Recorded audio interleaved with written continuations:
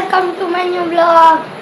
ફરીથી મારા એક નવા બ્લોગમાં તમારું સ્વાગત છે. અને હવે આપણે જવાનું છે નિશાળે.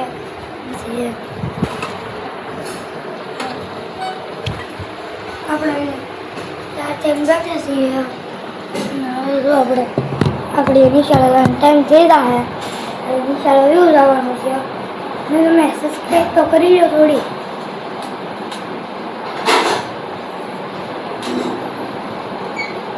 रूम सबकी बहन दूध पीवे मस्त एक कौन है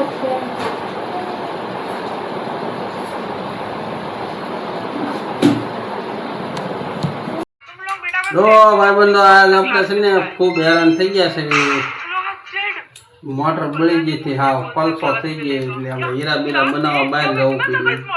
અત્યારે લાઇટ ફિટિંગ નું કામ ચાલુ છે. જો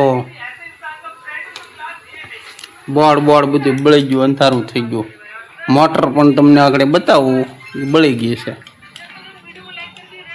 ખૂબ ટેન્શનમાં આવી ગયા. પૈસા છે ને આ બધું બળવા મળ્યું. પૈસા ખૂટી ગયા છે ને મોટર બળી ગઈ. હવે ઉધારમાં ક્યાંક તમારે કંઈ ધ્યાનમાં હોય તો મને જરાક મેસેજ કરી દેજો આમાં. હા, બોર્ડ ફિટિંગનું કામ ચાલુ છે. જો કોઈ ઇલેક્ટ્રિક કામ કરાવવું હોય તો આ ભાઈને નંબર હું ડિસ્ક્રિપ્શનમાં નાખીશ. ડિપિક્સિંગ તો તમે ખાસ કરીને ફોન કરજો. પણ ઝાઝુ કામ હોય તો આવું લોકલ કામ નથી કરતા એ ભાઈ. હેવી કામ કરે, હેવી નબળું કામ નથી કરતા.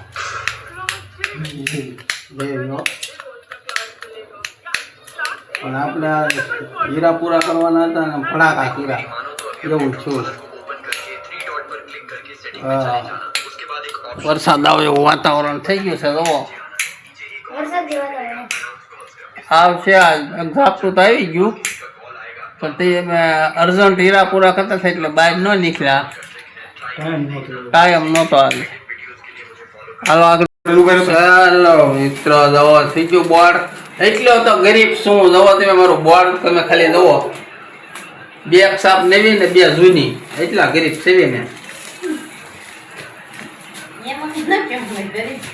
ગરીબ સેવી તો ગરીબ જ કઈ ને. સાલુમાં ફિટિંગ કરી દે. જવો જોયું, કહી દીધું પેલા. બોર્ડ દવો આપણું કલરનું. પૈસા નતા ને એટલે આપણે બે સાપુ રહેવા દીધી.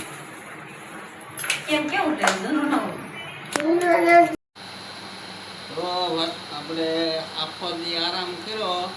અત્યારે ઘંટી આપણે ચાલુ થઈ છે. વાયરિંગ બધું બળી જતું. અત્યારે ચાલુ કરી છે. આખો દી બેન જાય હીરા બીજાને કંઠિયા બનાવવા લાવવા પડ્યા બીજાને કારખાને. અત્યારે આપણે કંઠી ચાલુ કરી છે એટલે અત્યારે આપણે સામે બેઠા. લાવો બતાવું તમને શું બળી ગયું છે.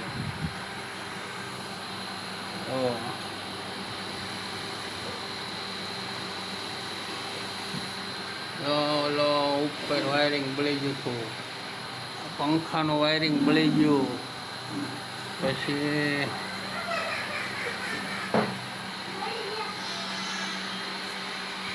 અહીંયા વાયરિંગ બળી ગયું. આ મોટરનું વાયરિંગ બળી ગયું હતું. આપણે અત્યારે ઘંટી ચાલુ કરી.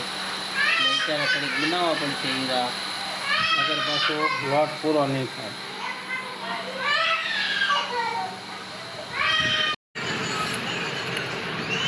હલો, આખા મરચાંનું શાક ખાવા, છાશ,